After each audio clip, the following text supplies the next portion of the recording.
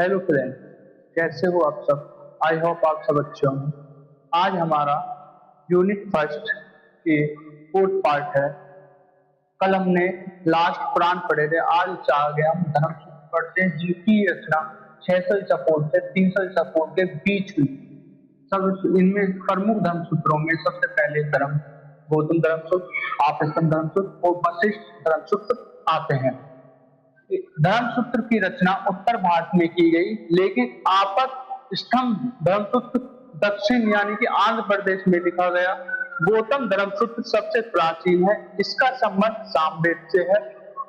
और आप स्तंभ धर्म सूत्र सबसे छोटा है। हमें वर्ण व्यवस्था का स्पष्ट वर्णन सूत्रों से ही प्राप्त होता है। गौतम सूत्र के अनुसार राजा सभी वर्गों का शासक हो सकता है, परंतु ब्राह्मण का नहीं। इसी में हमें करों की लंबी सूची प्राप्त होती है। किसमें? गौतम सूत्र में। वशिष्ठ ब्रह्मसूत्र कुछ परिस्थितियों में स्त्री के पूर्ण विवाह का विधान करता है। आपस स्तंभ में 10 वर्ष के ब्राह्मण को 100 वर्ष के क्षत्रिय से भी श्रेष्ठ बताया गया है। बोधायन धर्मसूत्र में कर के रूप में राजा उपज के छठे भाग का अधिकारी होता है।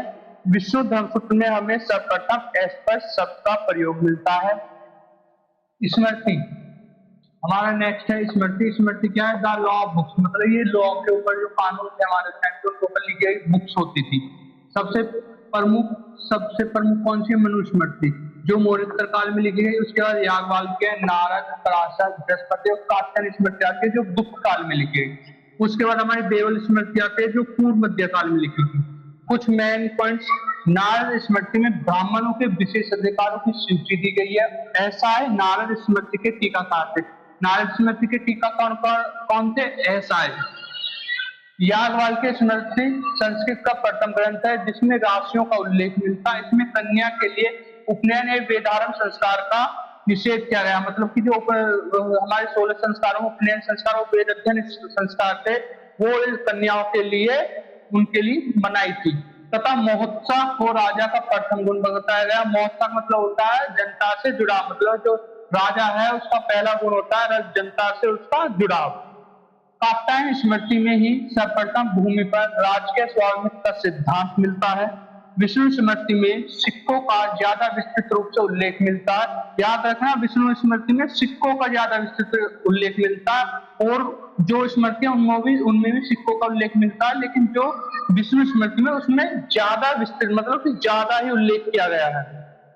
तथा सती प्रथा का उल्लेख इसी में मिलता है। ब्राह्मण ग्रंथों के बाद हमारे बौद्ध ग्रंथ और जैन साहित्य आते हैं। प्रारंभिक बौद्ध ग्रंथ मध्य गंगा नदी यानी कि बिहार है, पूर्व उत्तर प्रदेश यानी कि जो आपका प्राचीन काल में मगध था वहां पे घाटी में लिखे गए। प्राचीनतम बौद्ध ग्रंथ पाली भाषा में लिखे गए जिसमें त्रिपिटक प्रमुख है। याद रखना, सुत्पिटक, विनयपिटक, अर्धपिटक, त्रिपिटक के ही 3 पार्ट है। उसके बाद हमारे जैन साहित्य आते हैं। जैन साहित्य को आगम यानी कि सिद्धांत कहा जाता है। प्रारंभिक जैन साहित्य अर्ध मागधी भाषा में लिखे गए। द्वितीय जैन संगति में ही आगम लिपिबद्ध हुए थे। तो इनके बारे में हमने छोटा छोटा सा इसलिए पढ़ा है क्योंकि इनका एक अलग से ही चैप्टर बनेगा जिसमें इनको हम डिटेल से पढ़ेंगे। अब हमारे आते हैं विदेशी यात्रियों के विवरण। विदेशी यात्रियों में सबसे पहले पढ़ेंगे हम यूनानी। यूनानियों में सबसे पहले सिकंदर से पहले के यूनानी इतिहासकार जो सिकंदर से पहले आए थे, तो उसमें सबसे पहले आते हैं साइकिलेकस, हिकेटियस, हेरोडोट, टेशियस। सिकंदर के साथ आने वालों में कौन कौन है? नियाकस, आनिसिक्रेट्स, एरिस्टोबुलस। और ये सब तीनों कौन थे? ये सिकंदर के सेनापति थे। सिकंदर के बाद आने वाले कौन से? मेग्नेसी जो चंद्रगुप्त के दरबार में आए थे। डायमेकस जो बिंदुसार के दरबार में आए थे। डायनोसिस जो अशोक के दरबार में आए थे। अन्य यूनानी रोमन लेखक में डायोडोरस, स्ट्रैबो, प्लेनी, जस्टिस आदि आते हैं। फिर आते हैं चीनी यात्री। चीनी यात्रियों में पायान, सुंगयू, हेनसांग, इत्सिंग, मातवाली, चाओ जुकुआ। और मुस्लिम यात्रियों में इवन खुर्दार, सुलेमान, अल मसूदी, अल बरूनी आते हैं। याद रखना, इनको मैंने सीक्वल वाइज लगाया, तो आप सीक्वल वाइज याद करना क्योंकि इनको कई बार इनकी क्रम में लिखने के लिए आ जाता है कि इन्हें क्रम में लिखिए। सबसे पहले पढ़ेंगे हम स्काईलैक्स के बारे में।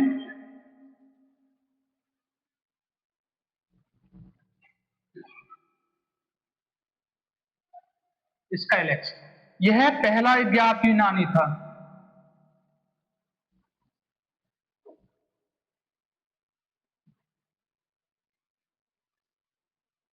याद रखना, ये पहला ज्ञात यूनानी था और इसे जो है ईरान के शासक ईरानी नरेश दारा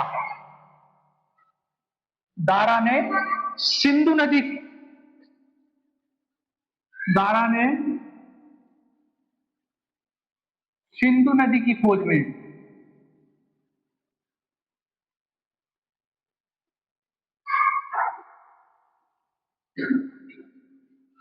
भारत भेजा था।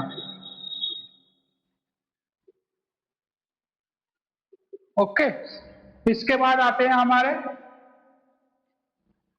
हेक्टियस।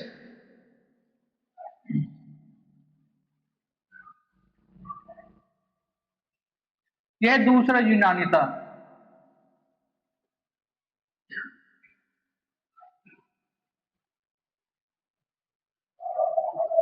ठीक है, जिसने भारतीय इसने जो भारतीय संस्कृति संबंधित सूचनाओं को इसने इंक्वायरीज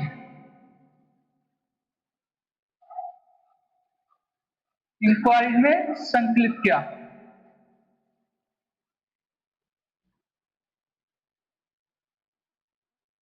हेक्टियस दूसरा यूनानी था और उसने जो भारतीय संबंधित संस्कृतियां थी उनको इंक्वायरीज में संकलित किया था। इंक्वायरीज की बुक का नाम हो गया। उसके बाद आते हैं टेशियस।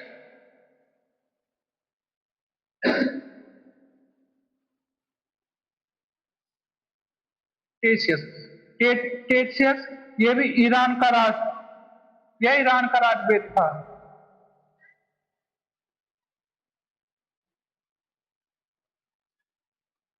इसके बाद आते हैं हमारे हेरोडोट।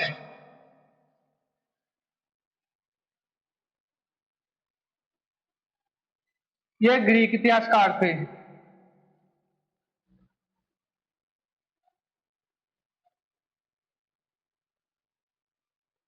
इनकी पुस्तक का नाम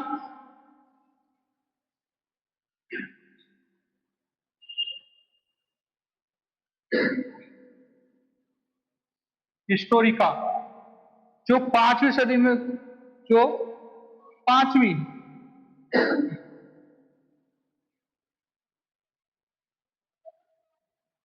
ईसा पूर्व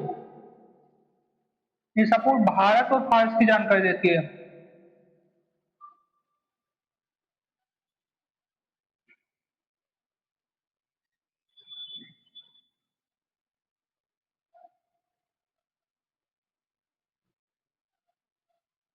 और एक बात और, टेशियस और हेरोडोट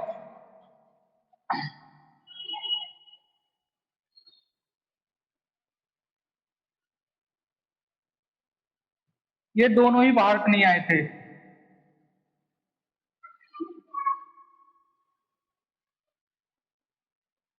ओके, इसके बाद आते हैं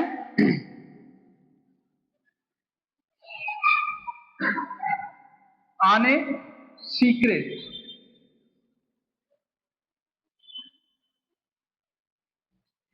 ठीक है, ये कहां के निवासी थे? ये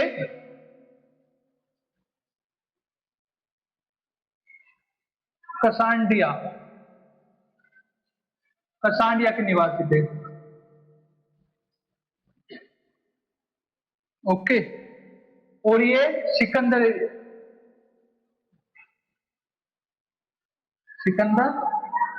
के जीवनीकार थे।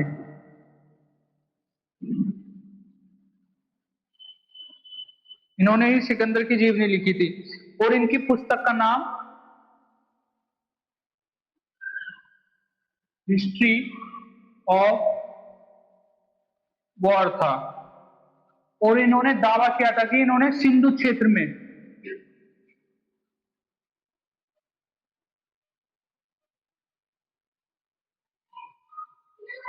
1000 शहर देखे थे। ठीक है, इसके बाद आते हैं हमारे सबसे इंपोर्टेंट मैग्निस्टीन।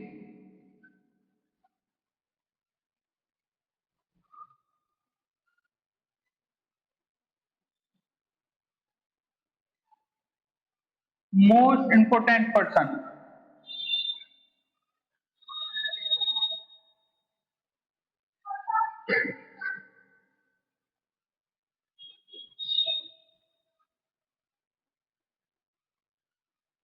ये कौन था?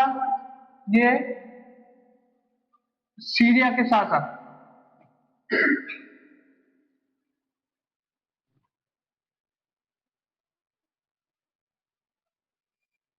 Seleucus Nicator.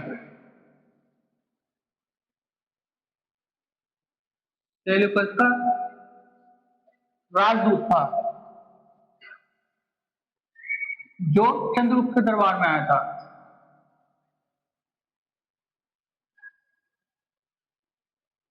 मौर्य दरबार में आया था। ठीक है, इसकी पुस्तक, ये बाहर आने वाला पहला राजदूत था।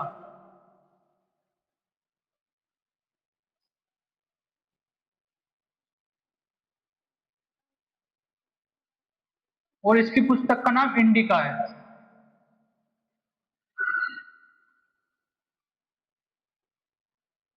जो अब मूल रूप में उपलब्ध नहीं है, जो क्या नाम है आपके, जो और भी राइटर्स है, स्टेब हुआ, एरियन हुआ, जस्टिन हुआ, प्लेनी की बुकों में इनके कुछ उदाहरण देखने को मिलते हैं जो इन्होंने अपने उसमें दिए थे।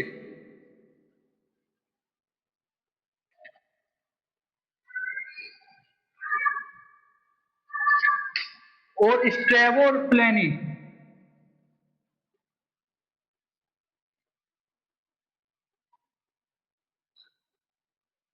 मेगिसिस के विवरण को असत्य मानते हैं, असत्य मानते हैं। जो भी मैग्निस्ट्री ने अपनी पुस्तक इंडिका में भारत के बारे में बोला, स्ट्रेबो प्लेनी का कहना था कि वो सारा सारा असत्य है।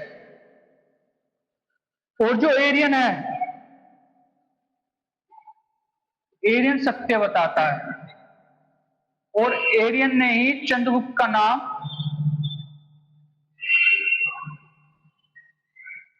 चंद्रगुप्त का नाम सेंडोकोटस, सेंडोकोटस कहा है। और क्या नाम है, मैग्निस भारत को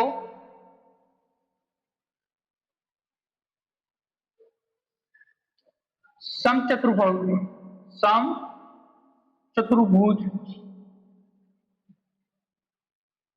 के आकार का बताता है। और उसने यहाँ की कुल 98 नदियां, 58 नदियों का विवरण दिया है, जिसमें गंगा को पवित्र बताया है। ठीक है, तथा इसने सिंधु, सिलास, स्वात, गोमल का भी उल्लेख किया है।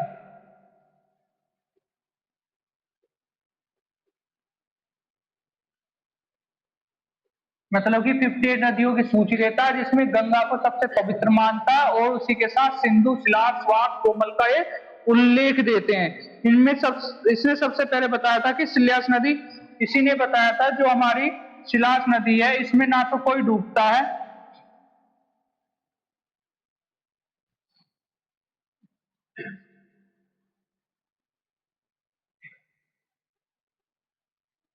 न ही कोई तैरता है।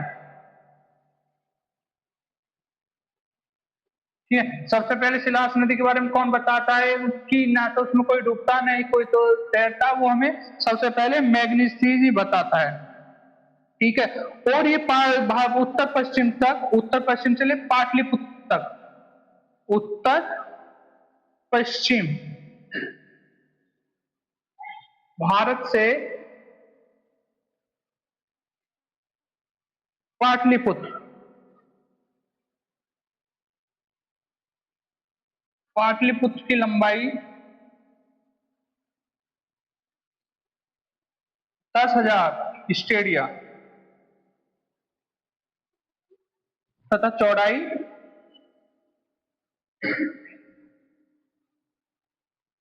6,000 स्टेडिया बताता है। ठीक है। और संपूर्ण उत्तर भारत की लंबाई, संपूर्ण भारत की लंबाई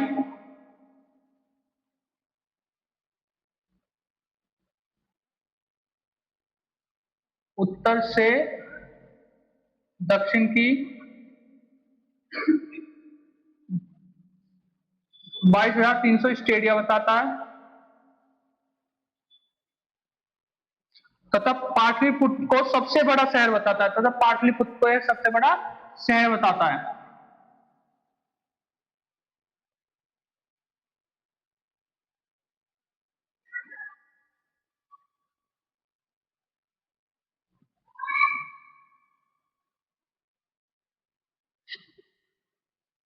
जिसकी लंबाई 80 व चौड़ाई 15 स्टेडिया है।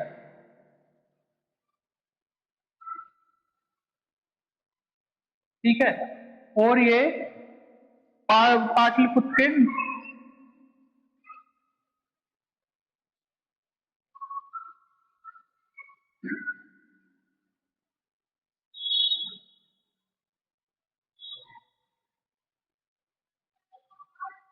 नगर तथा सैन्य प्रशासन की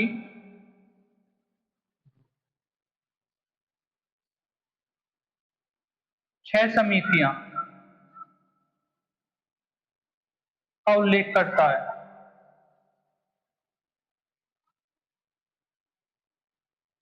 जिसमें जिसमें हर समिति में 5 सदस्य होते थे।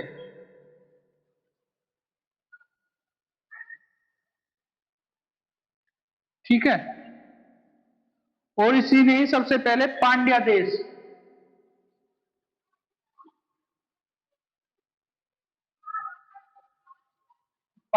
का उल्लेख किया है।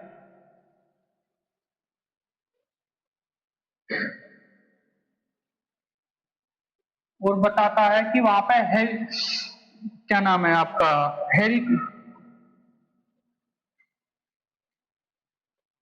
हेरिक्लीज की बेटी का शासन बताता है।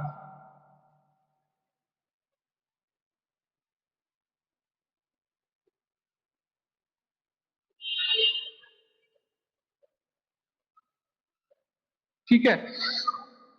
और बताता है कि पांड्या देश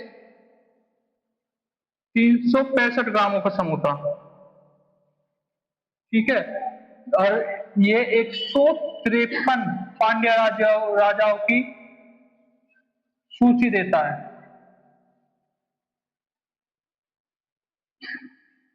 ठीक है।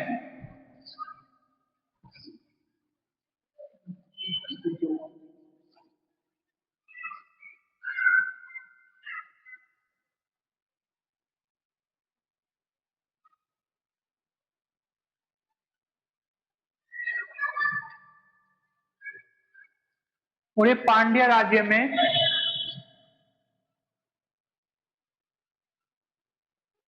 7 साल की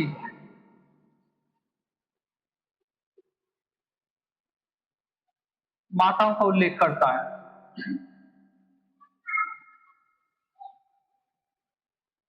ठीक है।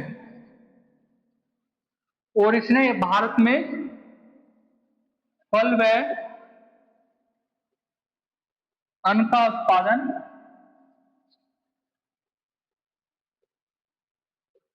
वर्ष में 2 बार बताया है। मतलब कि जो फल और अन्न होते थे वो साल में 2 बार होते थे। इसने गन्ने की खेती सबसे पहले यहीं देखी थी।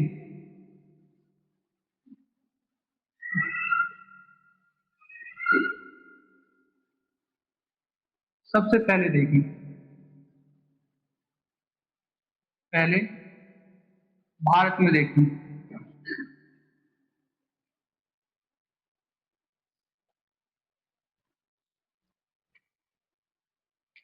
और इसी ने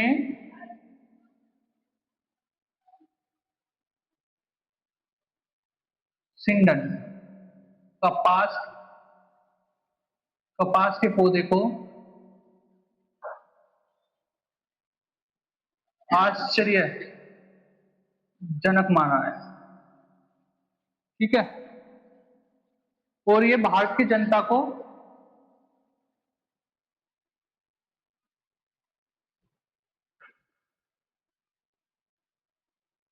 सात श्रेणी में बांटता है, जिसमें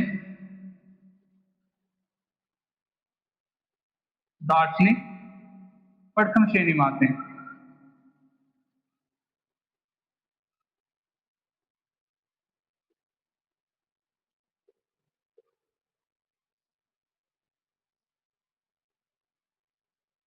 और ये बताता है कि भारत में कभी अकाल नहीं पड़ता था।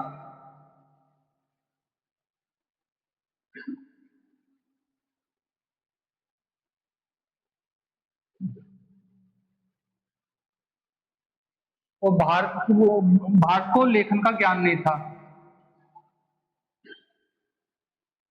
भारतीयों को लेखन का ज्ञान नहीं था।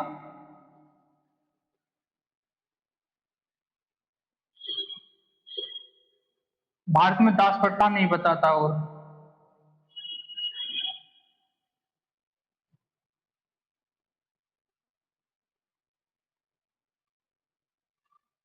नहीं नहीं बताता है।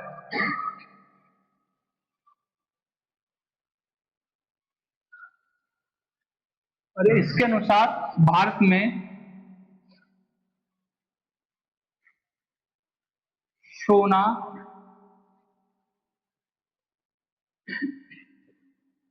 वाली,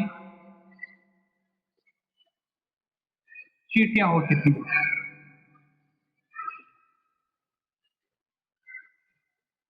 जो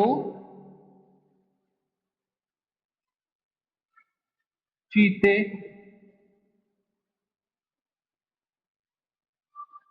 चीते के रूप की होती थी।